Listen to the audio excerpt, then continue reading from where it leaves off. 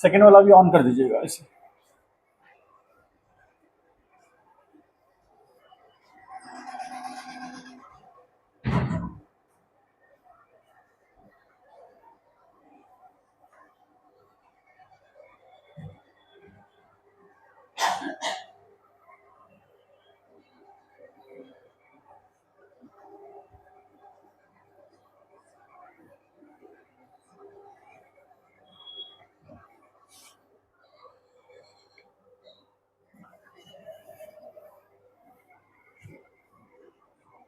चलिए, कुछ revise revise किए हैं?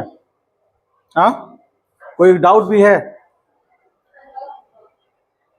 अच्छा, होमवर्क पहले बाद में कर लेते हैं, लास्ट मोमेंट पे कर लेंगे। पहले कुछ नया टॉपिक स्टार्ट करते हैं उसके आगे। हाँ, तो वेक्टर का डाउट क्लास बताइए आप किस दिन रखें? आप हमको क्या, हम तो स्टार्ट हो जाएंगे। आप लोग बोलिए जिस दिन रखना हो, जिस दिन आप लोग पूरा बना लिए हो। कौन सा?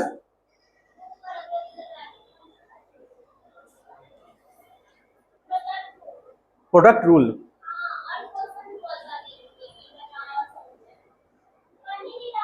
बनेगा बनेगा, बिल्कुल बनेगा।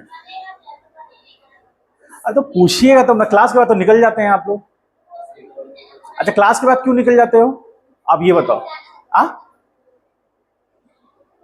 तो ये डाउट है तो क्लास के बाद ना पूछेंगे, उसका तरीका तो क्लास के बाद ही है कि नहीं? सब चीज का अपना तरीका है ना, है कि नहीं? संडे को डाउट क्लास नहीं, आप 5 दिन लगातार कर लीजिए, यही आपके लिए बहुत बड़ी बात है। ठीक है? आ? कल ही रख देते हैं, जैसा आप लोग बोलिए। डाउट क्लास के लिए कोई दिक्कत ही नहीं है, जब आप बोलिएगा तब रहेगा।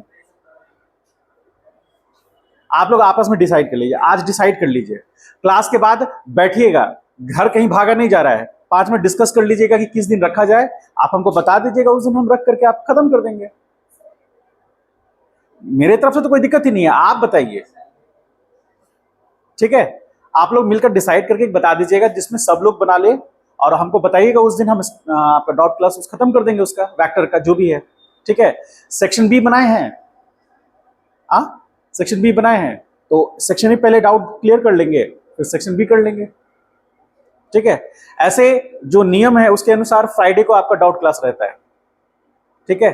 डाउट क्लास और नीट का जो भी क्वेश्चंस वगैरह है वो हम लोग फ्राइडे को रखेंगे, 2 घंटा हर सब्जेक्ट, तो 6 घंटे के लिए आपका उस दिन का शेड्यूल रहेगा।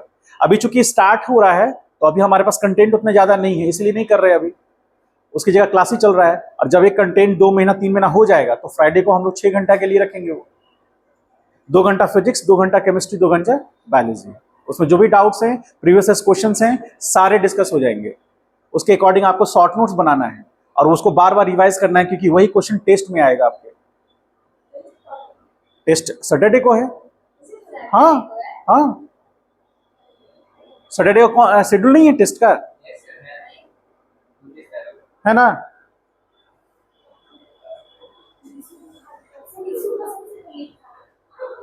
नहीं, टेस्ट है, बिल्कुल है, बोले हुआ है। तो 15 को तो खैर डीएम का ऑर्डर था, बंद करना पड़ गया। 29 तारीख को पेपर है, जो 15 तारीख को टेस्ट होने वाला था वही 29 तारीख को होगा। सारे सब्जेक्ट में, उसमें तीनों सब्जेक्ट रहेंगे। वेक्टर का टेस्ट है, आपको तो बता ही चुके हैं। क्लास का शेड्यूल भी, टेस्ट का शेड्यूल भी मिल चुका है।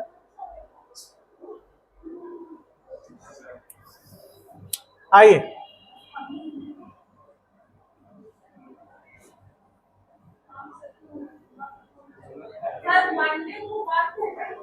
नहीं, यदि बंद होगा तो आपको मैसेज मिलेगा। अफवाहों पर ध्यान मत दें, कल को ये भी मैसेज आएगा सुमित सर इस दुनिया में नहीं रहे। ठीक है? तो ये अफवाह होगा, तो उस पर ध्यान नहीं देना है। फोन करके सुमित सर से पूछना है, सर आप जीवित हैं? ठीक है? ऐसा हो सकता है। नहीं, जो भी होगा आपको मैसेज मिलेगा। और कोई अचानक ऐसा कुछ घटना हुआ, जैसे डीएम का ऑर्डर हो गया, वो तो डीएम शाम को लिखते हैं, सुबह मॉर्निंग में न्यूज़पेपर में आता है, तो हम लोग उसको इंप्लीमेंट करना पड़ता है। कुछ अचानक ऐसा घटना हुआ तो हमको इमीडिएट मैसेज करना पड़ेगा। अदरवाइज पहले का मैसेज आपको पहले डिटरमाइन करके भेज दिया जाएगा कि हाँ इतना तारीख को क्लासेस बंद है या इतना तारीख को ऐसे ऐसे है। उसके अलावा यदि आपको कोई मैसेज करता है, कोई आपको बताता है, तो समझिए कि वो अफवाह है। लिखेंगे सुमित सर अब नहीं रहे, अब उनको क्लास जाने की जरूरत नहीं है।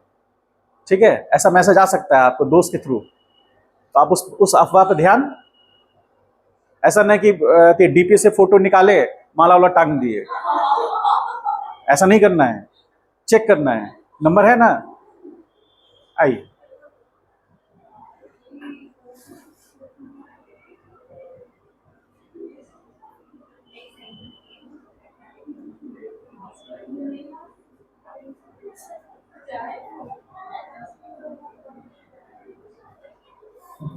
चलिए हेडिंग दीजिए।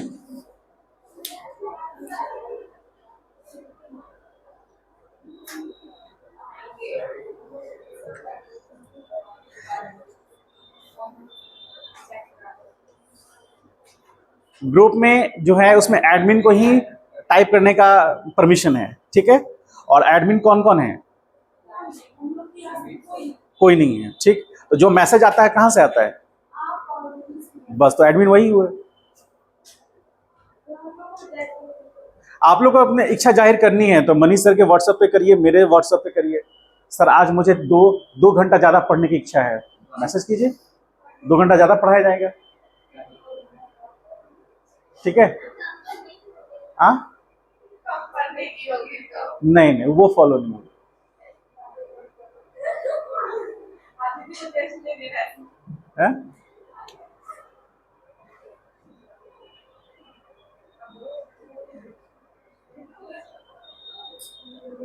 Interest is greater equal to, interest जो है ना, या तो 1.5 घंटे की कम से कम होनी चाहिए या उससे ज्यादा होनी चाहिए। 1.5 घंटे से कम का इंटरेस्ट नहीं है, सर मुझे कम पढ़ने का इंटरेस्ट है, ये नहीं। 1.5 घंटा से ज्यादा पढ़ने का इंटरेस्ट, हाँ वो फॉलो हो सकता है। आप बोलिए जो फ्राइडे को क्लास है 2 घंटे का, उसको हम 3 घंटा कर देंगे। 9 घंटे के लिए आप यहाँ पर आराम से बैठिए, खाइए पीजिए। 3-3 घंटे का तीनों शेड्यूल रहेगा। फिजिक्स 3 घंटे का, केमिस्ट्री 3 घंटे का, बायो 3 घंटे का। आप एक और इच्छा जाहिर तो कीजिए, एक स्टूडेंट भी इच्छा जाहिर करेंगे, हम 3 घंटे का शेड्यूल कर देंगे। खाना नीचे मिलता है, आप वहां पर नाश्ता वगैरह मिलता है, वो आप खाइए और क्लास कीजिए।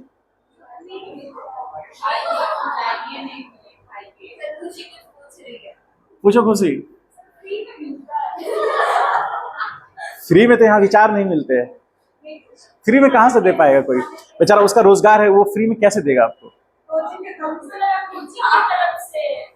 हम लोग खुद पे करके खाते हैं, बेचारा उसका रोजगार है ना।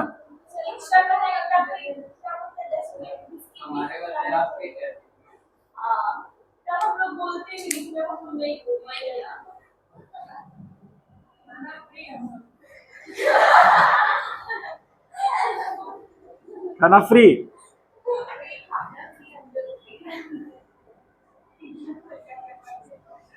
चलिए आइए हेडिंग दीजिए, हेडिंग दीजिए और स्टार्ट करते हैं। क्वेश्चन लिखिए।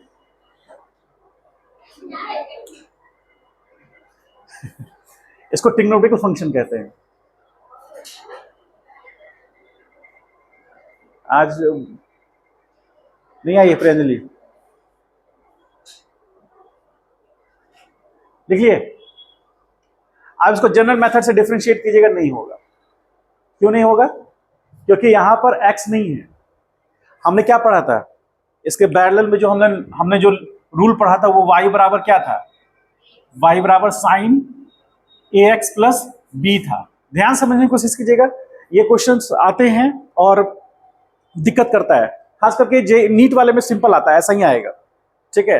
एक रिलेशंस में कैसे क्वेश्चन आएंगे आज देखेंगे हम लोग, कैसे फिजिक्स में क्वेश्चन ऐसे उठेंगे हम लोग देखेंगे उसको। आप पहले यहां ध्यान से समझिए कि रूल हमारा ये था, इसमें x पे पावर कितना है? 1 है, लेकिन हमारे पास क्वेश्चन में जो x पे पावर कितना है? 2 है, तो इस रूल से फॉलो नहीं हो पाएगा, ठीक है। तो हम करेंगे क्या, ये वाले टर्म को, इस वाले टर्म को हम t मान लेते हैं थोड़ा देर के लिए, t मान लेते हैं, ठीक है। तो जैसे ही x पे पावर समथिंग है, हम उसको t मान लेंगे या कुछ भी और मान लेंगे, z मान लेंगे। तो अब होगा क्या कि x स्क्वायर बराबर t, ठीक। तो अब हमको क्या लिखना है, यहां पर t बराबर x स्क्वायर है, तो हम यदि dt अपॉन dx लिखना चाहें, dt अपॉन dx, तो कितना आएगा बताइए? 2x आएगा, ये हम जानते हैं। इसको हम इक्वेशन नंबर, इसको 1 कह देते हैं, इसको इक्वेशन नंबर 2 कह देते हैं। तो हमने क्या किया, dt अपॉन dx निकाल लिया, जो कि कितना आया 2x। अब हम इस टर्म को हम x स्क्वायर को t मान लिए हैं, तो हमारा रिलेशन y बराबर साइन t हो जाएगा। अब x स्क्वायर से रिप्लेस होकर क्या बन गया, ये t, तो साइन t, तो साइन t वाला ये रिलेशन हमको पता है।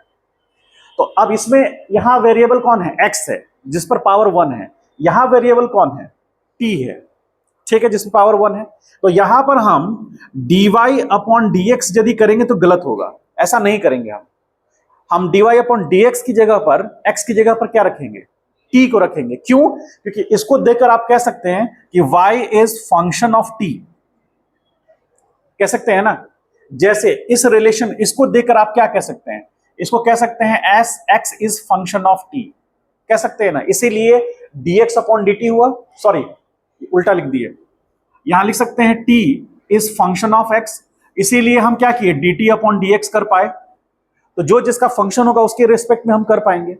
यहां पर आपको क्या लग रहा है, y फंक्शन ऑफ t है, इसीलिए हम y को किसके रिस्पेक्ट में डिफरेंशिएट कर पाएंगे, ठीक है। लेकिन यहाँ x है तो ऐसा नहीं कर पाएंगे हम, तो इसको हटाकर हमें क्या करना पड़ेगा, यहां पर t लेना पड़ेगा, क्योंकि y किसका फंक्शन नजर आ रहा है यहाँ, t का।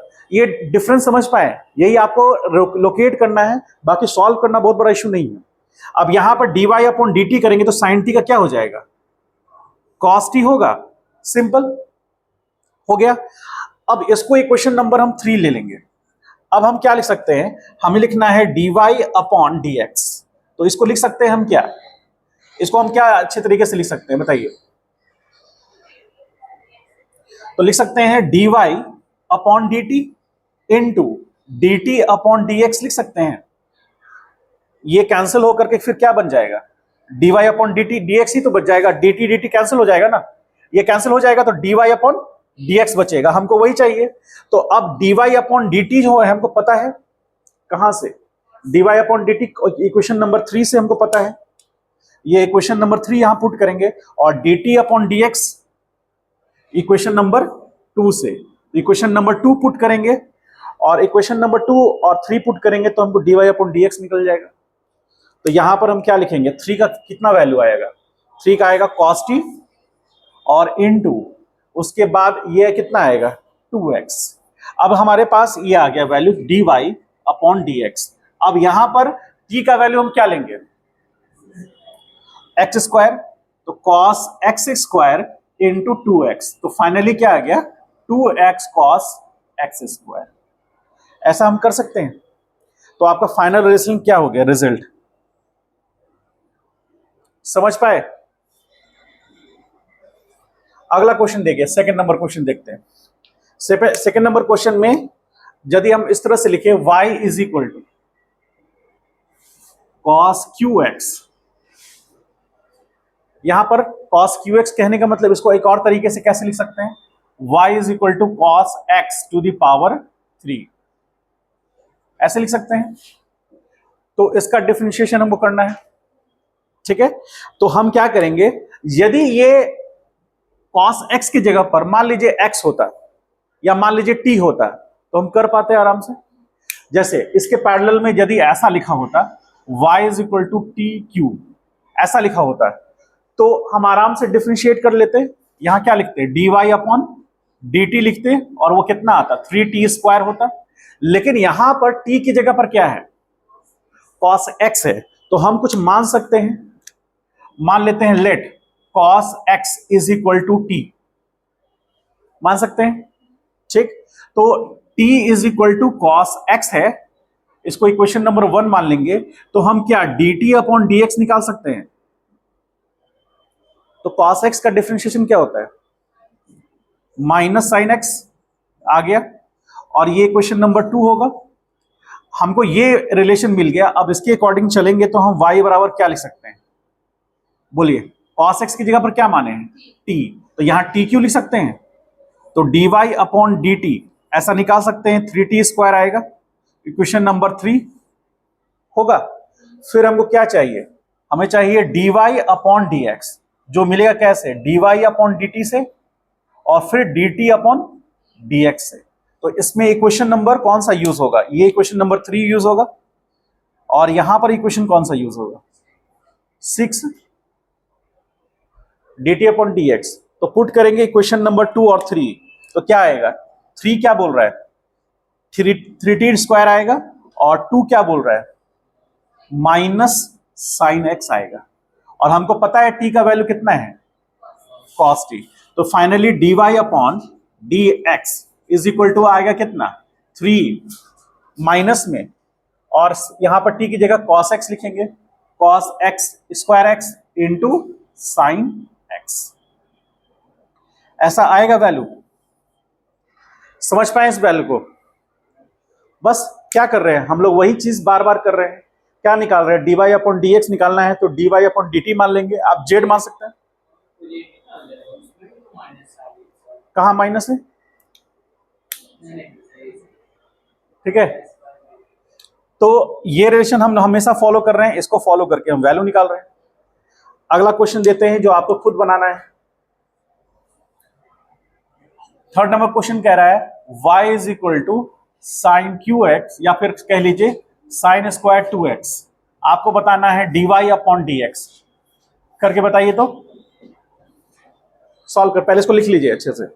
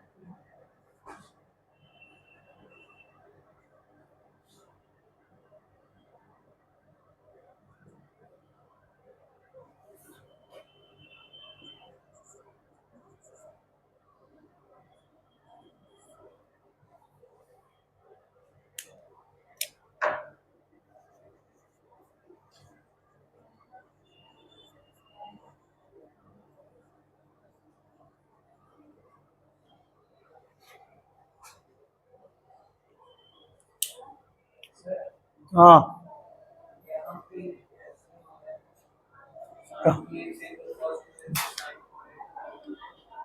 क्या यहाँ पूछ रहे हो? जैसे 2 into 2 cos sine 2 x cos 2 x, 2 into sine x into cos x का फॉर्मूला क्या होता है? हाँ, इसका रिलेशन कुछ याद है?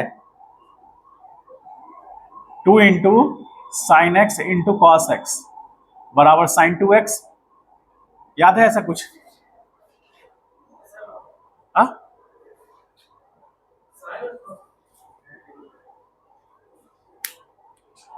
तुमको याद नहीं होगा, इसको याद होगा, इसको बताया है। याद कीजिए ऐसे, साइन ए प्लस बी क्या होगा?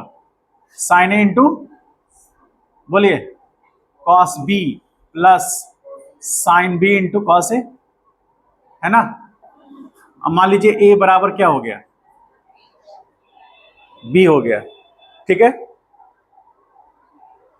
यहां बैठाएंगे फिर आराम से, आ जाओ आ जाओ, ठीक से उधर साइड होकर। ए बराबर बी है, ठीक है? तो अब हम यहां पर क्या लिखेंगे? साइन 2a लिखेंगे, ठीक है? बराबर यहां क्या लिखेंगे? Sign A into cos A plus sign A into cos ए, ऐसा लिख सकते हैं? लिख सकते हैं। तो यहां sign 2a is equal to क्या हो गया? 2 साइन ए इंटू कॉस ए, ऐसा लिख सकते हैं? लिख सकते हैं ना? ये तो पढ़ाए हैं आपको, बोले कि नहीं बताएं?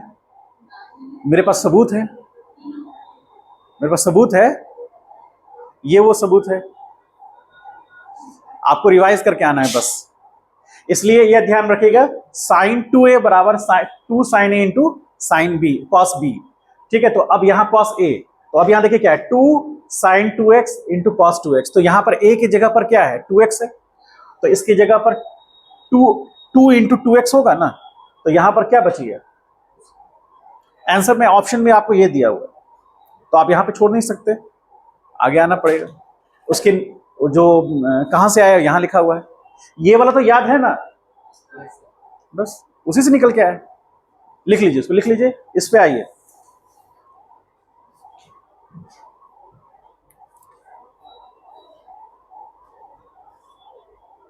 कैसा महसूस हो रहा है? प्रैक्टिस कीजिए, प्रैक्टिस कीजिएगा, सब ठीक हो जाएगा।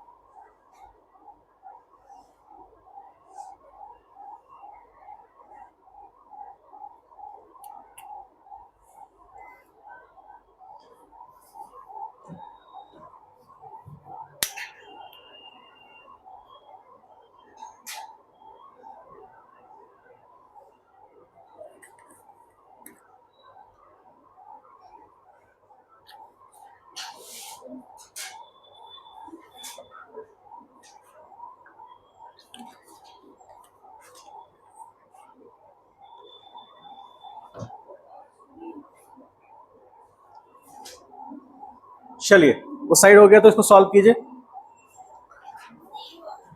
नहीं हुआ है अभी, करिए।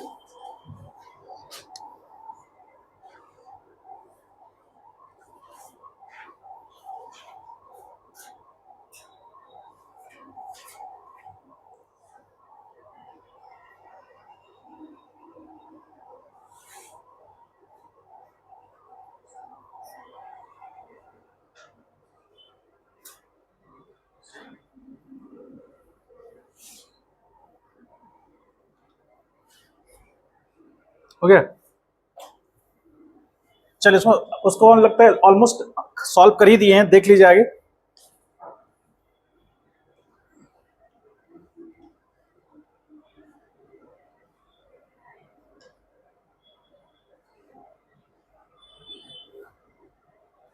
हाँ,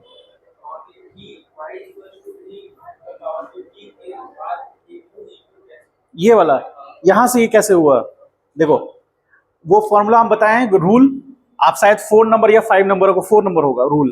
क्या बोल रहा है, y इज इक्वल टू, यदि e to the power mx होगा, बताया ना, एक्सपोनेंशियल फंक्शन के लिए हमको यहां पर m कांस्टेंट है और x हमको x है, तो हम यहां पर dy अपॉन dx करेंगे, तो कितना आ जाएगा, mx into E to the power, sorry m into E to the power क्या आएगा, mx आएगा, ऐसा आया था, याद कीजिए 4 नंबर रूल में। नहीं याद है तो प्लट के एक बार देख लीजिए, देखिए प्लट करो, ये 4 नंबर रूल शायद बताए होंगे, उसमें होगा ये है। तो उसमें m क्या है, इस केस में m कितना है, 2 है, और हमारा x क्या बन गया यहां पर, साइन x। ठीक है, तो x का डिफरेंशिएशन जो हम करेंगे यहां तो करेंगे ना, लेकिन यहां t माने हैं और t के रिस्पेक्ट में कर रहे हैं, तो इसको हम क्या कर रहे हैं, dy अपॉन dt निकाल रहे हैं, तो exactly 2 into E to the power 2t होगा, क्योंकि t का डिफरेंशिएशन 1 होगा, है ना, तो 1 हो गया, 2 इंटू 1 भी लिख सकते हैं आप इसको। जिस तरह से y इक्वल टू mx का differentiation m into E to the power mx होता है, उसी तरह यहां पर m की जगह 2 हो गया, e to the power 2 into m हो गया, मतलब ये m इंटू x हो गया। m क्या है यहाँ 2 और t क्या है यहाँ x, उसके अकॉर्डिंग किए हम लोग। ठीक है, अब उसके बाद आगे देखिए क्या हो रहा है यहां पर। तो ये 3rd नंबर इक्वेशन और 4 नंबर इक्वेशन से हम यहां ले सकते हैं, तो dy upon dt, sorry dy upon dx। अब dy अपॉन dt क्या कह रहा है, 2 e to the power 2t, e to the power 2t, t का वैल्यू पुट करना बाकी है अभी, और dt अपॉन dx क्या कह रहा है, cos x। तो अब इसमें कुछ नहीं करना, सिर्फ t का वैल्यू पुट कर देना है, तो यहां dy अपॉन dx, तो 2 cos x और e टू द पावर 2, अब t का वैल्यू क्या रखा है हमने, sin x, तो यहां आ जाएगा sin x। ये फाइनल रिजल्ट हो गया, समझ पाए। सारे में हम क्या कर रहे हैं, सब्स्टिट्यूट कर रहे हैं, चैन यूज कर रहे हैं। ठीक है, ऐसा ही क्वेश्चन है, 5 number question, if y is equal to ln sin x, तो आपको कह रहा है dy अपॉन dx पता करने के लिए। देखिए यहां पर सॉल्यूशन में हम क्या पढ़ेंगे, हम यहां पर क्या करेंगे, लेट थोड़ा के लिए मान लेंगे, जहां कंफ्यूजन लेंगे मान लेंगे let t is equal to sine X, T equal to sine X मान लेंगे, तो हमारा इक्वेशन क्या बन गया, y is equal to L N T बन गया। तो 5 नंबर रूल क्या कहता है कि dy upon D T is equal to क्या हो जाएगा, 1/t होगा, क्योंकि साइन टी इसको हम लोग एल एन टी इसमें हम लिखते हैं ना कि ए एक्स प्लस बी, तो यहां ए कितना है 1, बी कितना है 0, तो उसके अकॉर्डिंग ये आ गया। तो ये हमारा सॉरी यहाँ टी होगा, तो इसको इक्वेशन नंबर हमने फर्स्ट कहा, ये सेकंड हो गया। अब हमको क्या निकालना है, अब हमको निकालना है टी का वैल्यू पुट कर दिया उसमें, तो y बराबर क्या हो गया, एल एन टी आ गया, और t is equal to sine T है ना, साइन एक्स है, तो यहां हम क्या करेंगे D t upon D x करेंगे, तो साइन एक्स का डिफरेंशिएशन क्या होगा, कॉस एक्स, इक्वेशन नंबर 3 होगा। अब इन दोनों को पुट करके हम वैल्यू निकाल सकते हैं, d Y upon D x is equal to क्या होगा, d Y upon D t into d t upon D x.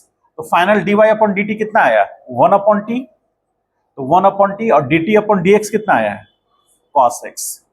तो फाइनल t का वैल्यू कितना है हमारे पास, साइन एक्स, तो यहां आ जाएगा कॉस एक्स डिवीजन में साइन एक्स, तो आ गया कितना, ये आ जाएगा कॉसेक, या फिर क्या लीजिए इसको सेक आएगा, क्या आएगा, कॉट आएगा, कॉट एक्स आ गया फाइनल वैल्यू आपका D Y upon D T का, कॉट एक्स। समझ पाए, ठीक है। एक क्वेश्चन और देते हैं आपको, y is equal to L N sorry e to the power ln x। अब आपको बताना है dy अपॉन dx बराबर व्हाट, करिए तो क्वेश्चन, इसको पहले लिख लीजिए फिर करिए।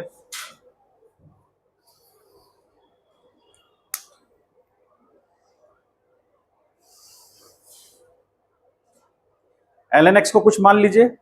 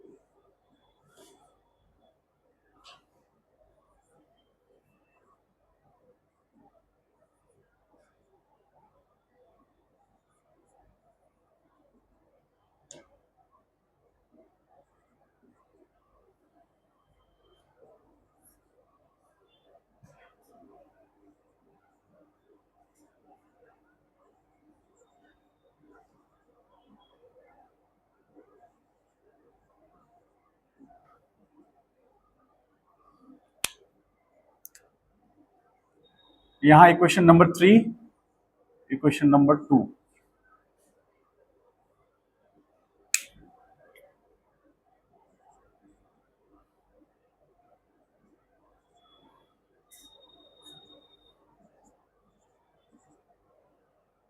और टी किसको माने? ln x।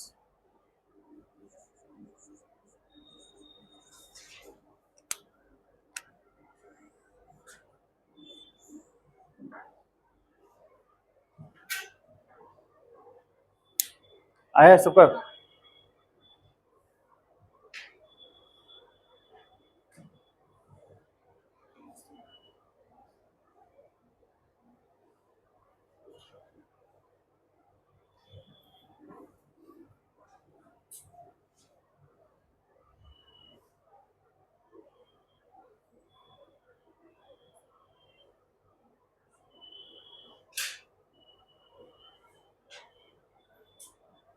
ठीक है,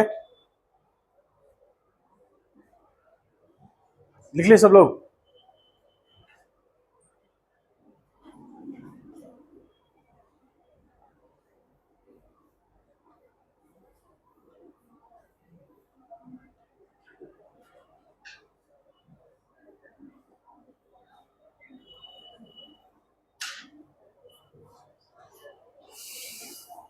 अब थोड़ा समझिए, इंपॉर्टेंट टॉपिक है ये। हम लोग जो चेन रूल पढ़ा, पूरा डिफरेंशिएशन ओवरऑल देखा छोटा सा। अब इसको हम ग्राफिकल मेथड से भी आगे देखेंगे। उससे पहले थोड़ा सा इसका एप्लीकेशन कैसे कर पाएंगे हम लोग फिजिक्स में।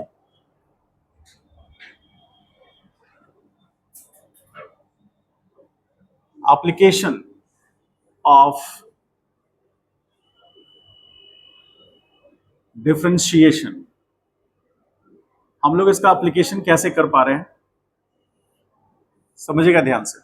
एप्लीकेशन मतलब आप सब लोग हेडिंग लिखिए, हेडिंग लिख करके फिर पेन रख दीजिए। हेडिंग लिखिए, कुछ स्पेस दे करके लिखिएगा। कुछ एग्जांपल आपको बीच में डन रखना हो तो रखिएगा, स्पेस देके अगला पेज पे ये टॉपिक दीजिएगा। Application of differentiation. अब आप थोड़ा सा समझ में आएगा हल्का, इससे आपको आइडिया लगेगा कि मोशन स्ट्रेट लाइन में हम क्या पढ़ने वाले हैं। ठीक है, अब ध्यान से देखिए 2 मिनट, कम से कम 5-10 मिनट के लिए ध्यान से देखिए क्या कह रहा है एप्लीकेशन। आप हमको ये बताइए कि आर को हम, आर वेक्टर को हम किससे डिनोट करते हैं? आर वेक्टर मतलब क्या होता है? आर वेक्टर मतलब क्या?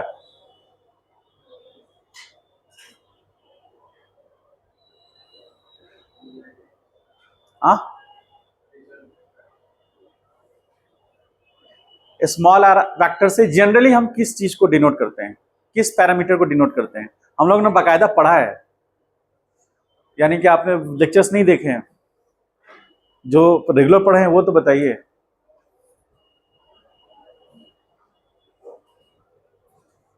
रिवाइज नहीं किए हैं?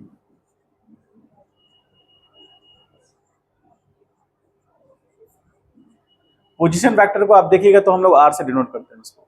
ठीक है, तो पोजीशन वेक्टर आर। अब मान लीजिए, समझिएगा ध्यान से, ये थोड़ा सा ओवरव्यू दे रहे हैं कि मान लीजिए कि there is a particle at a position. मान लीजिए कि वो 2,3 पोजीशन पे है। ठीक है, स्पेस में 2,3 पोजीशन पे है। इस पोजीशन को हम पी नाम दे रहे हैं। ठीक है, तो ये पी नाम दिए, तो इसका position vector that is R vector क्या होगा?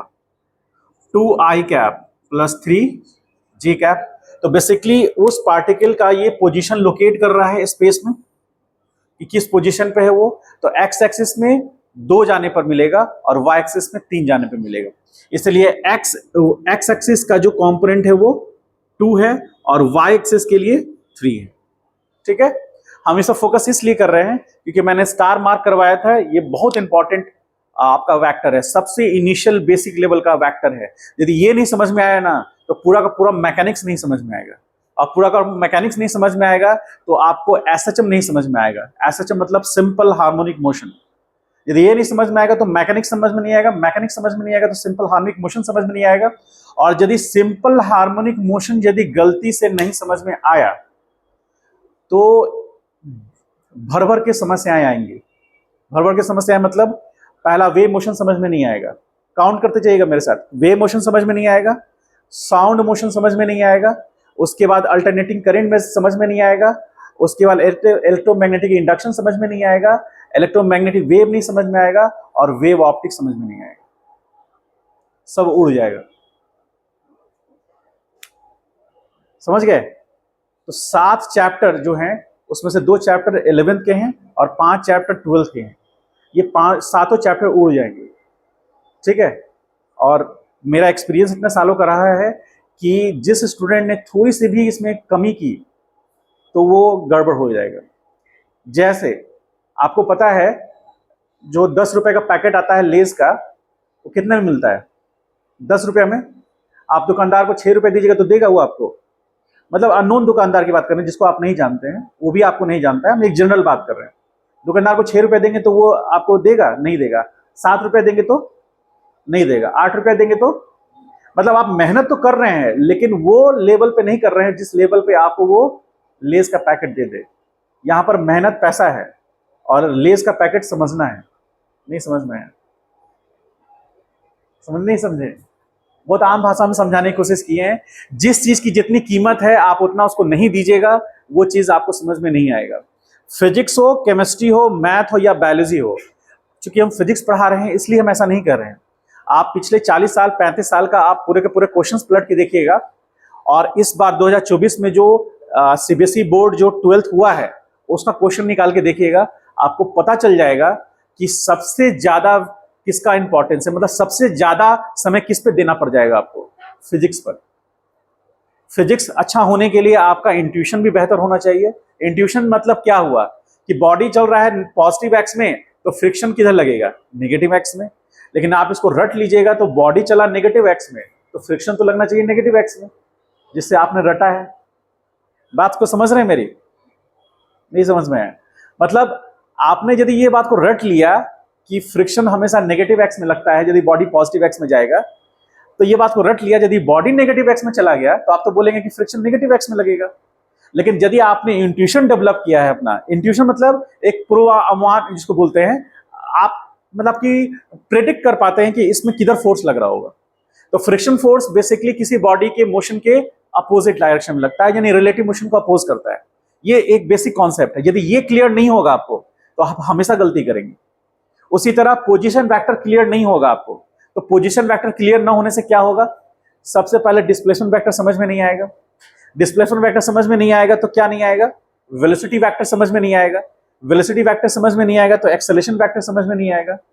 और यदि वेलोसिटी वेक्टर समझ में नहीं आया तो मोमेंटम वेक्टर समझ में नहीं आएगा।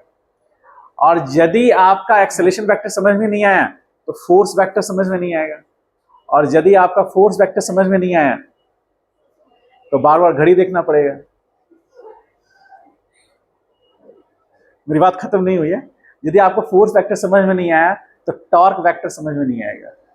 और सर्कुलर मोशन और रोटेशन की तरह आपका दिमाग घूमता रह जाएगा, समझ में कुछ नहीं आएगा। हाँ, फिजिक्स में सबसे बड़ी समस्या क्या है कि हर टॉपिक एक दूसरे से जुड़ा हुआ है। जैसे चेन अभी बताया ना, वो एक तरह से चैन ही है। यदि आपने थोड़ा सा भी बीच में गैप मारने की कोशिश किया, नहीं समझ में आएगा। समझ गए? इस बात को समझे? अब यहां फोकस कीजिए। थोड़ा बहुत पीछे वाला टॉपिक हल्का सा ओवरव्यू देते हुए हम लोग आगे बढ़ रहे हैं। तो यहां पर कह रहा है r बराबर 2i cap plus 3j cap. इसका मीनिंग ये हो गया कि जो वेक्टर का, जो पार्टिकल का पोजीशन वेक्टर है वो x में जाएगा तो 2 जाएगा और y में जाएगा तो 3 जाएगा। तब उस पॉइंट पर हम लोकेट कर पाएंगे, वो पार्टिकल का पोजीशन ऑरिजिन से बताया जाएगा। ठीक है। अब आइए ये r1 मान लेते हैं इसको, और पार्टिकल p पॉइंट से जिसका कोऑर्डिनेट कितना है 2, 3, अब वो यहां चला गया। इस पॉइंट को मान लेते हैं n पॉइंट और इसका कोऑर्डिनेट मान लेते हैं 4, 6 मान लेते हैं। सपोज कीजिए तो पार्टिकल का ये पोजीशन वेक्टर r1 हुआ, दैट इज r1 वेक्टर, और ये क्या कहलाएगा? r2 वेक्टर कहलाएगा ना। ठीक, तो r2 वेक्टर यदि हम लिखना चाहेंगे तो क्या लिखेंगे? 4i cap plus 6j cap लिखेंगे। तो ये r2 वेक्टर हो गया, यानी पार्टिकल इनिशियल पोजीशन से चला और फाइनल पोजीशन पे पहुंचा। तो इनिशियल पोजीशन p था और फाइनल पोजीशन n था। अब किसी भी पाथ को उसने फॉलो किया हो उससे हमें कोई मतलब नहीं है, क्योंकि हम पोजीशन वेक्टर डिफाइन कर रहे हैं। आप पोजीशन वेक्टर पाथ पे डिपेंड नहीं करता है, किस पाथ को फॉलो किया गया उससे कोई मतलब नहीं है। पार्टिकल इनिशियली मान लेते हैं इस पोजीशन पर जब t बराबर 0 था तब था, और कुछ देर के बाद मतलब t बराबर t टाइम, और टाइम को मान लेते हैं 20 सेकेंड। इसका मतलब है पार्टिकल p पॉइंट से n पॉइंट जाने में कितना टाइम लिया, 20 सेकेंड लगा, जिसको t टाइम कह सकते हैं हम लोग। ठीक है, तो पार्टिकल यदि समय के साथ पोजीशन चेंज करता है तो क्या निकल के आता है, डिस्प्लेसमेंट निकल के आता है। तो इसका मतलब ये हो गया कि delta R vector is equal to R2 vector minus R1 vector. ये रिप्रेजेंट करेगा चेंज इन पोजीशन, और इसी को हम क्या बोलते हैं, इसी को हम लोग डिस्प्लेसमेंट वेक्टर बोलते हैं, डिस्प्लेसमेंट वेक्टर। अब समझना इंपॉर्टेंट ये है कि पोजीशन यदि लोकेट नहीं हो पाएगा तो डिस्प्लेसमेंट डिफाइन नहीं हो पाएगा, और जब डिस्प्लेसमेंट को टाइम के रिस्पेक्ट में हम चेक करते हैं, यानी पार्टिकल का डिस्प्लेसमेंट टाइम के रिस्पेक्ट में हो रहा है, तो हम क्या मिलता है, हमको वेलोसिटी मिलता है। और वेलोसिटी वेक्टर यदि टाइम के रिस्पेक्ट में चेंज करता है तो क्या मिलता है, एक्सेलरेशन मिलता है। तो यही सीक्वेंस है, यानी कि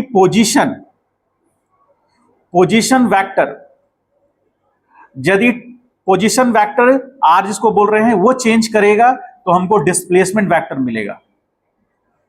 ठीक है, तो डिस्प्लेसमेंट वेक्टर को हम डेल्टा आर वेक्टर से दिखाते हैं, यानी पोजीशन वेक्टर के चेंज करने से डिस्प्लेसमेंट वेक्टर मिलेगा, डिस्प्लेसमेंट वेक्टर के चेंज करने से हमें वेलोसिटी वेक्टर मिलेगा। तो वेलोसिटी वेक्टर को हम कैसे दिखाते हैं, v से, और डेल्टा आर ये डिस्प्लेसमेंट वेक्टर हो गया जो कि R2 माइनस R1 से बना, और वेलोसिटी वेक्टर हो गया जो कि delta R by delta T से बना, और डेल्टा आर मतलब R2 minus R1 by T2 minus T1 से बना। इसका मतलब है पार्टिकल अपना पोजीशन उसको मत हटाना, उसको हटाना नहीं है।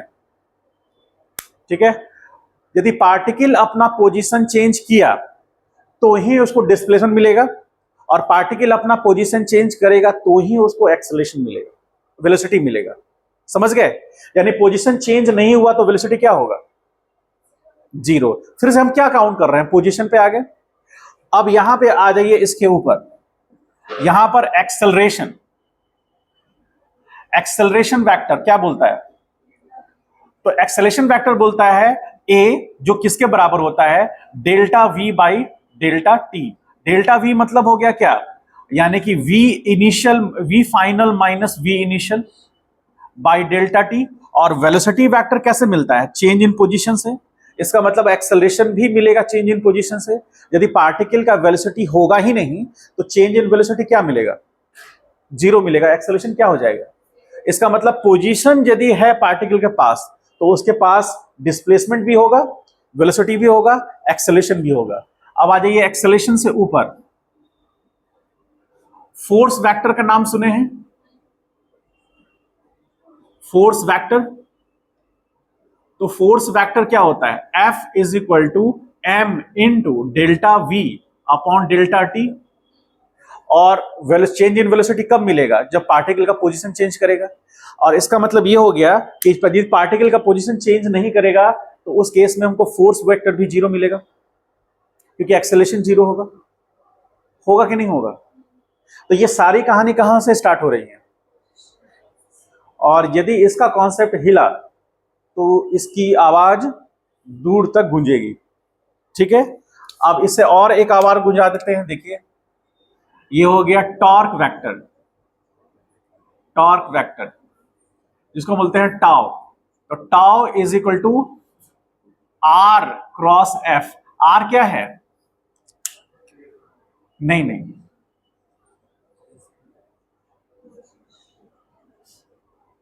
देख रहे हैं ये आवाज कहां तक जा रही है। यदि ये डिस्टर्ब हुआ तो वहां तक डिस्टर्ब कर देगा, और यही है आपका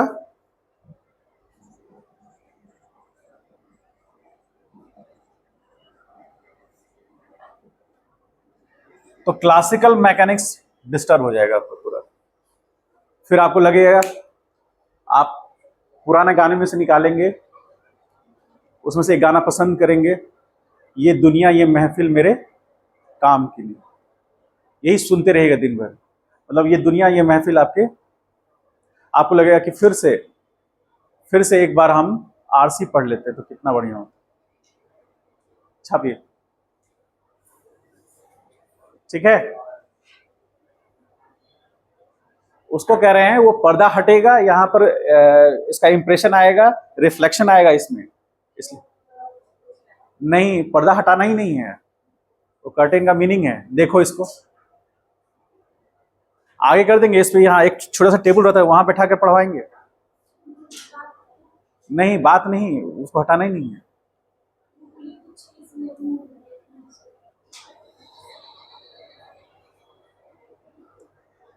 इस तरह से एक डायग्राम बना लीजिए जो आपको आगे हेल्प करेगा समझने में।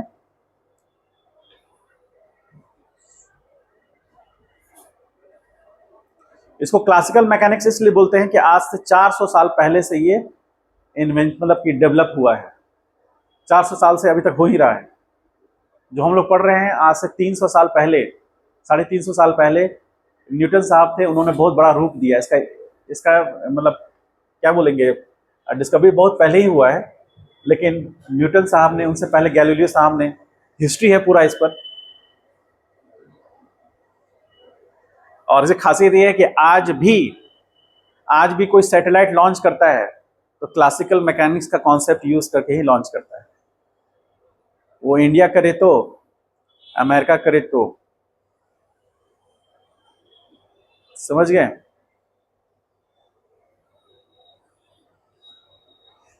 इसरो का नाम जानते हैं? इसरो बीटेक करने के बाद स्पेशली 4 सब्जेक्ट से, civil, mechanical, electronics, computer science और हाँ, ये 4-5 सब्जेक्ट से आप यदि बीटेक करेंगे तो आप गेट क्वालिफाई करने के बाद इसरो के हेडक्वार्टर आपको बुलाया जाएगा इंटरव्यू के लिए। आने जाना, खाना पीना, रहना सब देगा वो। और उसके बाद जब इंटरव्यू पैनल में घुसेंगे तो आपसे क्वेश्चन पूछे जाएंगे, और उन क्वेश्चन में से ये भी क्वेश्चंस रहेंगे। बहुत बेसिक लेवल का क्वेश्चन स्टार्ट करते हैं। 2 से 2.5 घंटा इंटरव्यू चलता है, उसके बाद लंच होता है, और उसके बाद फिर 2 से 2.5 घंटा इंटरव्यू चलता है। आपको क्या लगता है? वो आप पे डिपेंड करता है। हमारे बोलने से क्या फर्क पड़ता है? नहीं समझे? आ? क्या बोल रहे? हम लोग का मेन पेपर है strength of material, material science, और उसके बाद फ्लूइड मैकेनिक्स। ये सब मेन पेपर से क्वेश्चन उठाते हैं वो। और उनकी खासियत ये है कि वो आपका इंटरव्यू लेंगे, आप नहीं जवाब दीजिएगा ना, पहले पूरा पूछेंगे, चाय कॉफी पिलाएंगे, आप नहीं जवाब दीजिएगा फिर वो बताएंगे। तो आधा घंटा आपसे पूछा, आधा घंटा वो बताएंगे, फिर अगला क्वेश्चन 1 घंटे के बाद शुरू होगा, फिर वो पूछेंगे, आप जवाब नहीं देंगे फिर वो बताएंगे। रिजेक्ट वो मार्क्स देंगे, उसके बाद पैनलिस्ट बनेगा उसमें, उसके आप मान लीजिए टॉप 100 बच्चों को लेना है तो 100 को सिलेक्ट कर लेंगे।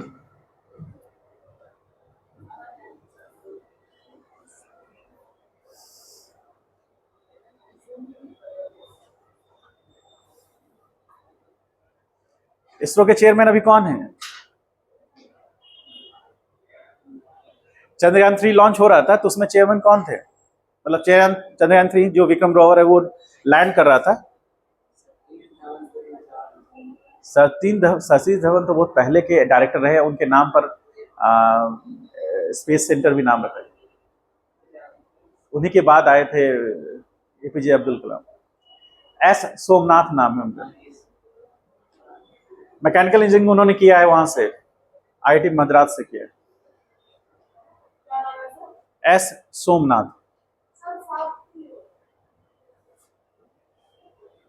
हमारे नॉर्थ इंडियन उतना नहीं ना पढ़ते हैं, वो भी सरकारी नौकरी है।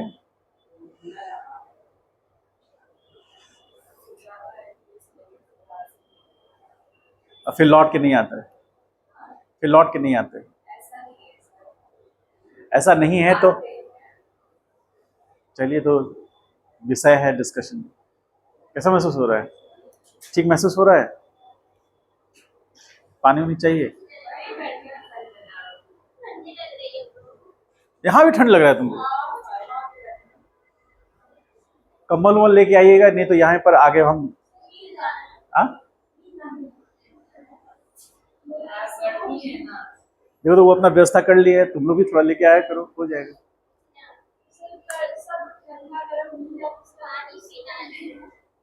चलिए लिख लिए। हाँ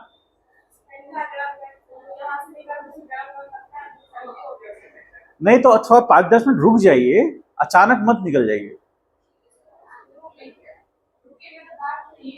हाँ एसी बंद हो जाएगा, फिर 5-10 मिनट रुकिए।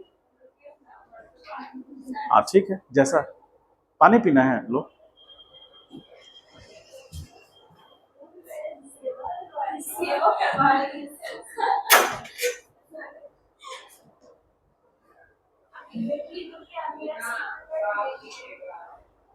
चलिए हो गया, लिख लिए सब लोग। चलिए अब आगे जो टर्म यूज कर रहे हैं देखिए, बहुत अच्छे से समझ में आएगा यदि ये रिलेशन आपको समझ में आ गया तो। ये जो लिख रहे हैं ना, ये रोटेशन मोशन का मतलब समझिए कि हार्ट है वो। यदि ये आपको क्लियर नहीं है तो रोटेशन मोशन समझ में नहीं आएगा। ठीक है, हो गया, लिख लिए सब लोग। चलिए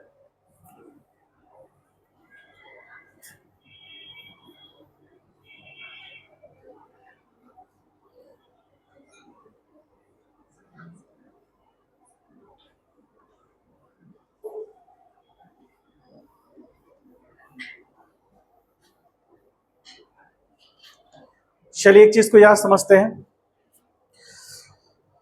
तो मान लीजिए, सपोज करें, एक क्वेश्चन से हम लोग समझते हैं।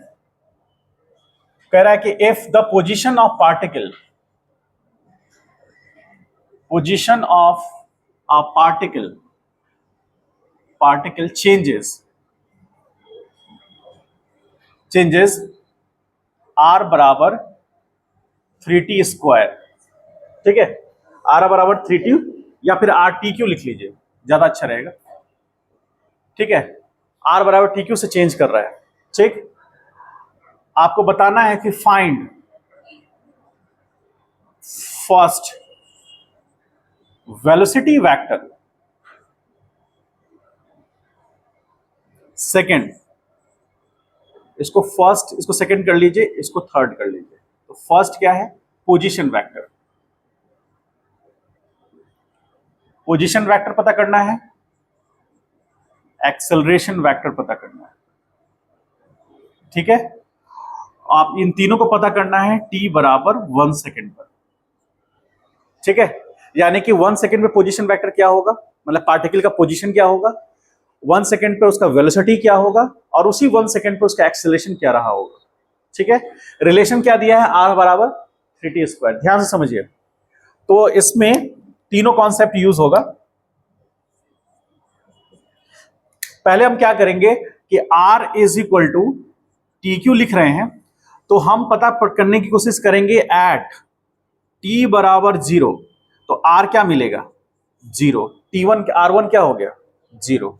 और t बराबर 1 सेकेंड पर r2 मिलेगा हमको, दैट इज इक्वल टू कितना, 1।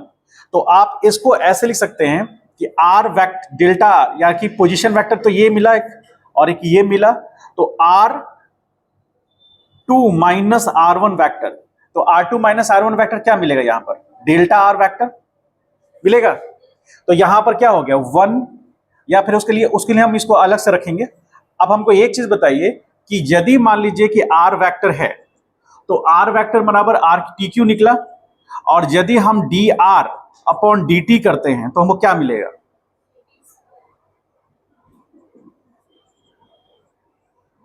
वेलोसिटी वेक्टर मिलेगा, नहीं मिलेगा। पोजीशन वेक्टर का चेंज टाइम के रिस्पेक्ट में वेलोसिटी देगा। तो यहां पर यदि हम इस तरह से लिखें तो v वेक्टर बराबर D R upon D T, तो अब यहां पर r वेक्टर 3t स्क्वायर है, तो यहां क्या लिखेंगे, 3t, सॉरी टी क्यू है, तो यह आएगा 3t स्क्वायर, वेलोसिटी वेक्टर। तो वेलोसिटी वेक्टर कैसे मिला, D R upon D T से, यानी पोजीशन के चेंज टाइम के रिस्पेक्ट में होने से, तो 3t स्क्वायर आया। हमको कितने पे चेक करना है, t बराबर 1 सेकेंड में चेक करना है, तो 3 इंटू 1 का स्क्वायर, तो बराबर हो गया 3 मीटर पर सेकेंड। तो वेलोसिटी वेक्टर निकल गया, पोजीशन वेलोसिटी निकला, और एक्सेलरेशन थर्ड जो बोल रहा है ए बराबर, तो ए बराबर dv अपॉन dt, और v क्या है dr अपॉन dt, ऐसा लिख सकते हैं क्या? तो इसका मतलब ये हो गया d2r अपॉन dt स्क्वायर, इसको बोलते हैं डबल डिफरेंशिएशन।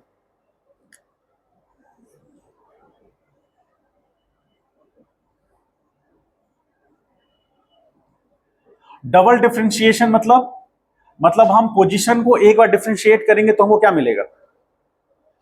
पोजीशन को एक बार डिफरेंशिएट करेंगे तो वेलोसिटी मिलेगा, और दूसरी बार डिफरेंशिएट करेंगे तो उसको, एक बार डिफरेंशिएट करेंगे तो वेलोसिटी मिलेगा और दूसरी बार डिफरेंशिएट करेंगे तो एक्सेलरेशन मिलेगा। तो वेलोसिटी वेक्टर हमको मिल चुका है, तो यहां एक्सेलरेशन वेक्टर ए बराबर लिखना होगा। अब ये जो हम वेलोसिटी वेक्टर को एक बार फिर से डिफरेंशिएट करेंगे तो वेलोसिटी वेक्टर क्या है 3t स्क्वायर, तो यहां पर d अपॉन dt करेंगे 3t स्क्वायर का, तो एक्सेलरेशन मिलेगा। तो एक्सेलरेशन ए बराबर कितना हो गया 3 इंटू 2t, तो एक्सेलरेशन एक बराबर हो गया 6t। कितने सेकंड पे चाहिए? तो t बराबर 1 सेकंड पे चाहिए, तो 6 इंटू 1 दैट इज 6 मीटर पर सेकंड स्क्वायर हो गया। यानी पार्टिकल का उस 1 सेकंड पर एक्सेलरेशन क्या रहा होगा 6 मीटर पर सेकंड स्क्वायर। इसका एक और मीनिंग है, ध्यान से समझिए, 6 मीटर पर सेकंड से पर सेकंड, मतलब जो उसका वेलोसिटी है 6 मीटर पर सेकंड से, वो हर सेकंड में बढ़ रहा है। 6 मीटर पर सेकंड का जो वेलोसिटी है वो हर सेकंड यानी पर सेकंड बढ़ रहा है। अगला सेकंड में वो 12 मीटर पर सेकंड का हो जाएगा, फिर उसके थर्ड सेकंड में चेक करेंगे तो वो 18 मीटर पर सेकंड का वेलोसिटी हो जाएगा। इसीलिए वेलोसिटी इंक्रीज कर रहा है। बाइक चलाए हैं कभी, स्कूटी चलाए हैं, एक्सेलेरेटर होता है इसमें, एक्सेलरेटर मतलब एक्सेलरेशन, एक्सेलरेटर लेंगे तो स्पीड बढ़ेगा। एक सेकंड में 10 मीटर पर सेकंड था, एक्सेलेरेटर लिए हुए हैं, तो अगला जो सेकंड है उसमें 20 मीटर पर सेकंड हो जाएगा। उसी में तीसरा सेकंड में क्या होगा, वो 30 मीटर पर सेकंड का स्पीड हो जाएगा। इसी को कहते हैं हम लोग हाई पिकअप। जिसका पिकअप हाई होता है मतलब जिसका बोर डायमीटर ज्यादा बड़ा होगा, कम ज्यादा फ्यूल कंज्यूम करेगा और कम सेकंड में ज्यादा स्पीड राइज कर जाएगा, जिसका एक्सेलरेशन ज्यादा होगा। बात समझ पाए इस बात को? ठीक है, तो हमने पोजीशन निकाल लिया और उसके करस्पॉन्डिंग हमने वेलोसिटी निकाला और एक्सेलरेशन निकाला, तीनों चीज निकाला हमने। लिखिए इसको। कुछ समझ में आया? जो पीछे हम लोग जो पढ़े थे उसका कुछ क्या एप्लीकेशन आया? हाँ, कुछ समझ में आया? मानिएगा तो मास्टर है, नहीं मानिएगा तो मान लीजिए तो देवता है, और नहीं मानिए तो पत्थर है ना। पत्थर को कुछ लोग देवता मानते हैं, कुछ लोग पत्थर मानते हैं, मानने पे डिपेंड करता है। मान लीजिएगा कि हाँ कॉन्सेप्ट दे सकता है, ठीक, नहीं मानेगा तो नहीं, ठीक।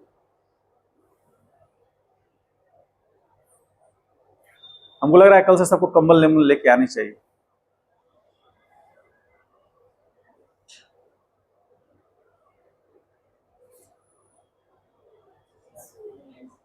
हाँ, सबको नहीं। अच्छा, ऐसा कर सकते हैं, जैसे 12th में क्या करते हैं कि गर्ल्स इस साइड बैठती हैं, बॉयज इस साइड बैठते हैं, तो आप लोग बॉयज इधर बैठ जाइए, गर्ल्स। हाँ, बहुत खतरनाक आदमी है।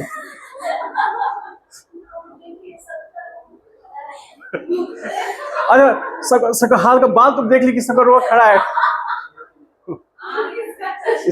इसका लेवल तो, तुम 2 मिनट शांत रहो, तुम शांत रहो 2 मिनट, फिर नहीं होने देगी। संधि हम कराना चाह रहे हैं, संधि नहीं हो पाएगा। हम कोई दिक्कत नहीं, इधर बैठ जाओगे, गर्ल्स इधर बैठ जाएंगी, हो गया, तब समस्या का समाधान भी हो गया। बताइए, फिर तुम चुप।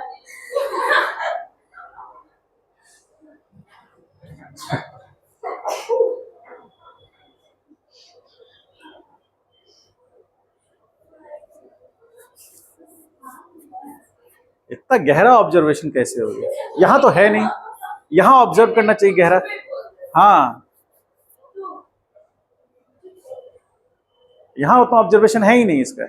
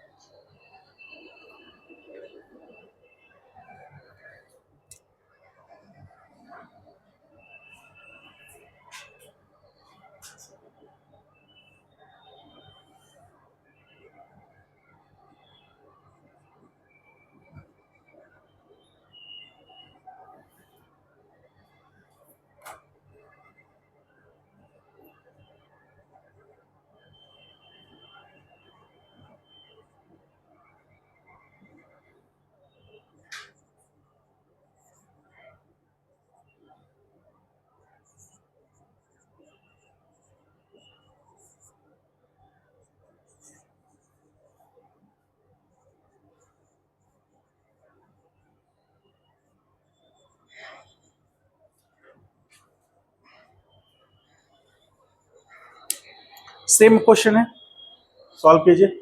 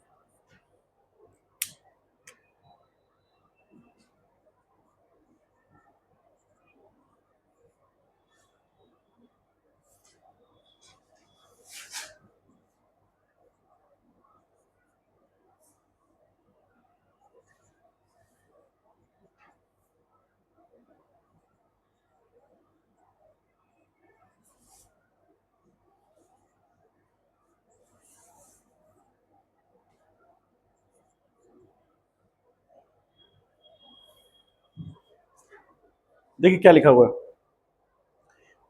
तो पहले हमको वेलोसिटी निकालना था, तो वेलोसिटी का मैग्नीट्यूड उस तरह से डिफरेंशिएट करके निकाल लिए।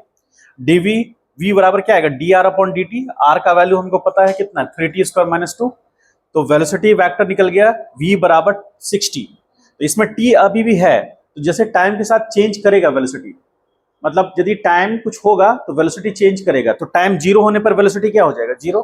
और टाइम 2 सेकंड होने पर उसका वेलोसिटी कितना आ जाएगा, 12, क्योंकि टाइम पे डिपेंड कर रहा है, क्योंकि टाइम फैक्टर है अभी इसमें। तो 2 सेकंड पे निकाल लिए।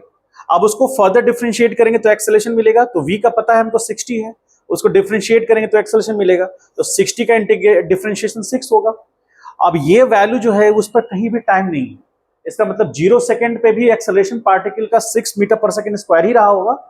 2 सेकंड पे, 3 सेकंड पे, 4 सेकंड पे, जितने भी सेकंड पे चेक करेंगे तो 6 मीटर पर सेकंड स्क्वायर ही मिलेगा। इसलिए एक्सेलरेशन कांस्टेंट होगा इस केस में, क्योंकि वो डिपेंड नहीं कर रहा टाइम पर।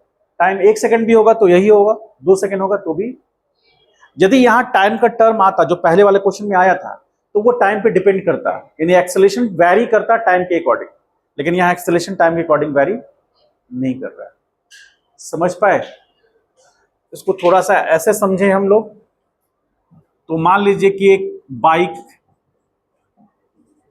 एक पर्सन है जो बाइक चला रहा है, ठीक है, और वो इस डायरेक्शन में जा रहा है। एक्सेलरेशन कांस्टेंट है 6 मीटर पर सेकंड स्क्वायर का, और यहां पर u उसका 0 है, क्योंकि टाइम 0 पर पुट करने पर, आप इसमें टाइम 0 पुट कीजिएगा तो ये पूरा टर्म 0 हो जाएगा, वेलोसिटी 0 हो जाएगा। और 0 मतलब इनिशियल टाइम पे जो वेलोसिटी मिलेगा उसको कौन सा वेलोसिटी बोलेंगे, इनिशियल वेलोसिटी। उसको किससे रिप्रेजेंट करते हैं हम लोग। और जैसे जैसे आगे बढ़ेगा तो आप यहां पर देखिए a बराबर क्या है, 6 मीटर पर सेकंड। वेलोसिटी बढ़ रहा है पर सेकंड,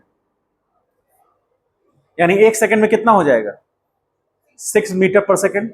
2 सेकंड में कितना होगा, 2 सेकंड में कितना हो गया, 3 सेकंड में कितना हो जाएगा। तो पार्टिकल मान लीजिए इस पोजीशन पे कहीं पर होगा, और वो आदमी, और इस समय यहां पर वेलोसिटी उसका 18 मीटर पर सेकंड है मान लीजिए, तो एक्सेलरेशन यहां क्या होगा, 6 मीटर पर सेकंड स्क्वायर ही होगा। और ये जो टाइम यहां पे जो टाइम होगा वो 3 सेकंड होगा। और इस तरह से जो बाइक है काफी फुल स्पीड में आगे बढ़ेगा। और एक्सेलरेशन का उसको चूंकि पॉजिटिव है, कांस्टेंट है, तो बढ़ता ही जाएगा वेलोसिटी। समझ पाए? ऐसा रियल लाइफ में भी होता है ना। सब दुखी क्यों है, होता है ऐसा। चलिए अब इंड हो रहा है, कहानी खत्म कर रहे हैं हम लोग। आपका जो भी 2 क्वेश्चन था होमवर्क बता दीजिए, उसको सॉल्व कर देते हैं, आगे बढ़ते हैं हम। लिखना है इसको, लिख लीजिए, इसको लिख लीजिए, होमवर्क सॉल्व कर देते हैं। चलिए लिखिए पहले। सिग्निफिकेंस समझ में आया इसका, कुछ लगा कि हम फिजिक्स में अब हम इंटर कर रहे हैं, नहीं। तो ये सब जो कहानियां थी वो इसी दिन के लिए थी, और आगे भी बढ़ेंगे हम लोग।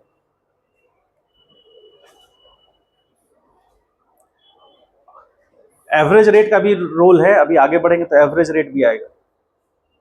फिर ग्राफ से हम लोग पढ़ेंगे इसको। हाँ क्या, ग्राफ पढ़ाना बाकी है अभी तो पूरा पूरा ग्राफ बचा हुआ है। हो गया, उतार लिए, उतार लिए। बहुत अच्छा, आपने मेरा कीमती समय बचाया।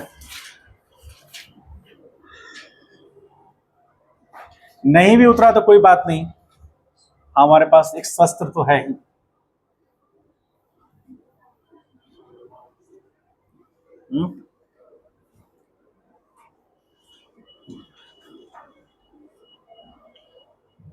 चलिए कौन सा क्वेश्चन था,